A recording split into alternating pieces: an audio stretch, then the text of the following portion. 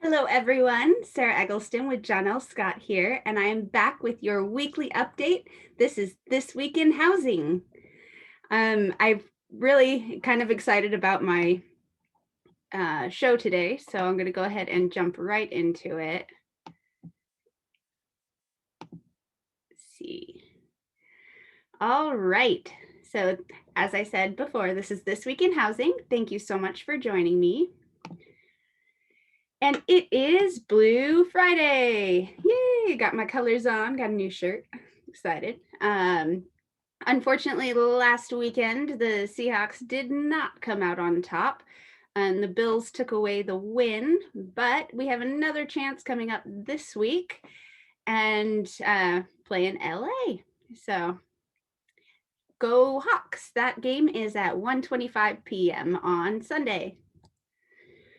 So, as far as the news, housing affordability declines in September 2020 as median family prices continue to surge. This is out from the National Association of Realtors, NAR. And so this is, since it's National Association of Realtors, this is covering a national, these are national stats. But the median, so at the national level, housing affordability declined in September, but rose compared to August.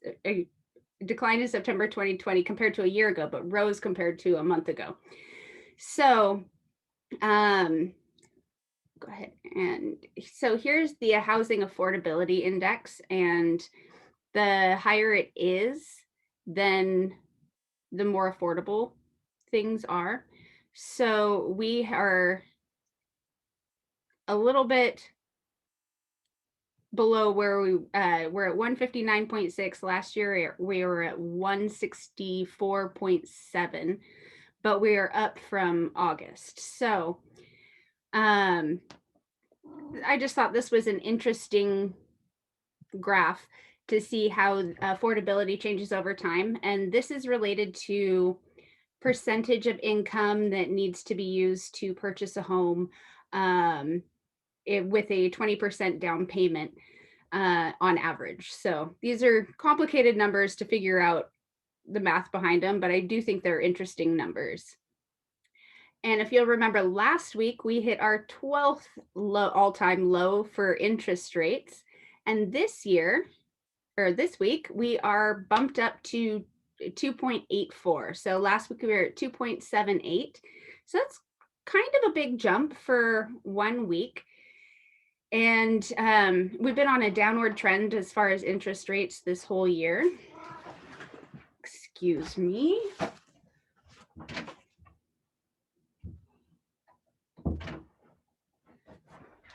I told my cat she could be in here if she was quiet, but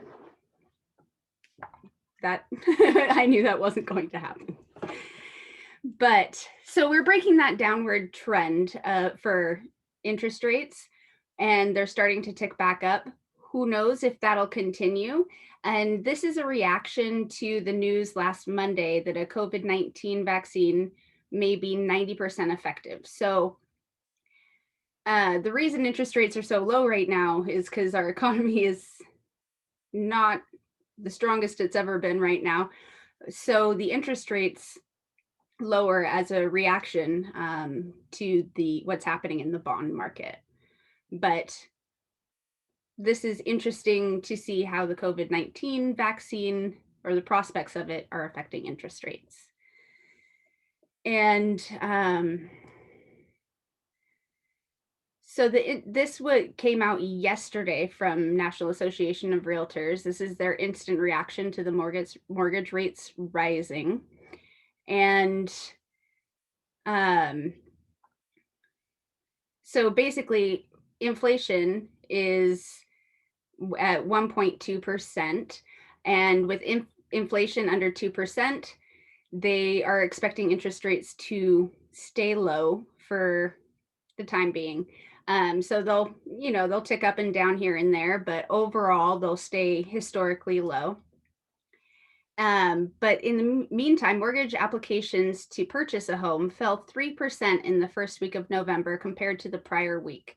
However, purchase activity is still higher by 16% than a year ago. And while inventory is reaching all-time lows, home prices moved to new record highs, weakening housing affordability in many areas. Nevertheless, the raw count of home sales in September was much higher than the average fall activity. Every year, transactions and prices tend to be above trend in the summer, while activity typically slows down in the fall and winter. However, the existing home sales are while 450,000 existing home sales are usually sold in September, 560,000 were sold this year. So September's activity was 24% higher than what we would expect to see at this time of year. So that is a huge difference. So the fact that, yeah, the 24% higher than last year is pretty crazy.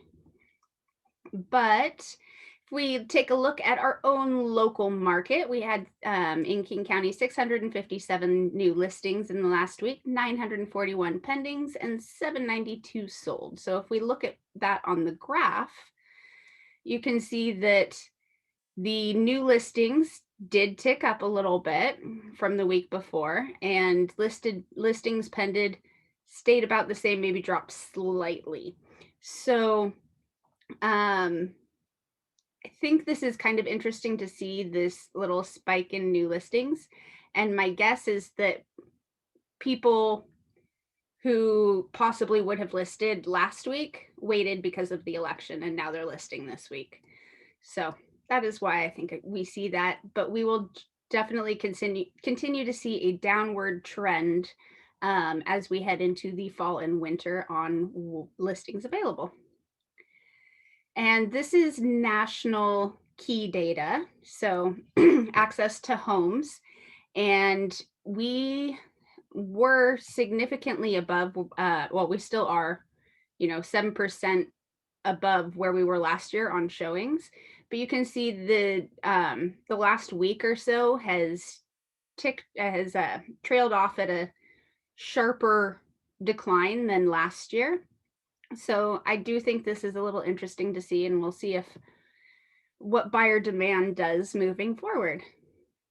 And if we bring that to a our local area, this is for the Northwest MLS, so basically Western Washington. And the dark line on this same week compared to last year, you can see that we are not too far off of the showings where we were in 2019. But if you look at this is stats from the last several weeks. In mid-September, we had an uptick in key MLS box activity. And since then, we have had a decline in showings. And this past week was almost 9.5% down from the week before on showings. So this is showing a little bit of buyer demand trailing off a little bit. There's still a lot of buyers out there for not very many homes, but it is interesting to see how the viewing traffic has changed over the past few weeks. And so this is looking at those same stats except for monthly data. And you can see October was down 1.78% from September, and September was down 9.5% from August. So we can see our activity really peaked in this May, June, July, August timeframe as far as buyer activity. And then now we're starting to see fewer buyers entering homes, looking at homes. But if we look at this year compared to last year, we are still well above where we were on key entries compared to last year. So this, I just thought it was interesting to see this trend over time. And this is a really great chart to show buyer demand week to week or month to month as we've gone through this year. And related to that, so on the top is homes for sale, and on the bottom is new listings that have come to the market for King County. This goes back to 2017. So you can see the historical time data. You see we dropped to really low inventory levels in 2018, and we are still above where those inventory levels were in early 2018. So we were really low in inventory back then, but it feels almost the same now as it did back then because the buyer demand is still there. I know I said it has been trailing off a little bit, but compared to the number of homes we have on the market, the intensity is still super strong. And the new listings on the bottom, you can see over the past few months, we've had more listings come on the market, but our overall inventory is going down. So this is just showing how intense that buyer demand is, that they're picking up these new listings before they hit this chart, because this is a point in time, the amount of listings at a point in time. So, and for monthly data, we have a few more monthly charts that came out this past week. This is for King County. The light green is for sale, the green is sold, and the red is pended. So you can see back a year ago, we had a lot more for sale than we're selling. So there was a lot more homes on the market a year ago and fewer buyers out looking for them. Now you can see we have more buyers, and the solds have surpassed what we have for sale. So this is just showing that homes are selling very fast and buyer demand is super strong, despite the fact that the key activity has trailed off just a little bit. If we look at a year ago, we're still really strong. And this is months of inventory. And this is just kind of making that point a little bit stronger. We're at 0.8 months of inventory in King County. So that means if no new homes came on the market, we've run out of inventory in 0.8 of a month. So you can see a year, August of 2019, we're at 1.7, September 2.1. So this just illustrates how intense things are for buyers right now, based on the low inventory. So if you have any questions, please feel free to reach out to me. I would love to chat about real estate, what's happening in your specific area, questions in general. And if you are interested in purchasing a home or selling a home, I'd love to have a conversation with you about that. As a buyer right now, it is imperative to have a plan in place when you're going out and making offers on homes. You need to have a plan lined up with your real estate agent. Otherwise, you are going to have a hard time. I just lost out on a deal this past week that we had put an offer in and we didn't get it, but there were 17 offers. So these homes in South King County are just in high demand. And if you're hitting that market, you're going to want to have a plan in place, because otherwise it's going to be you're going to have a real rough go of it. Anyways, thank you so much for joining me for This Week in Housing. I really appreciate it. I will be back here Friday next week at 3 p.m. Thank you so much and have a great week.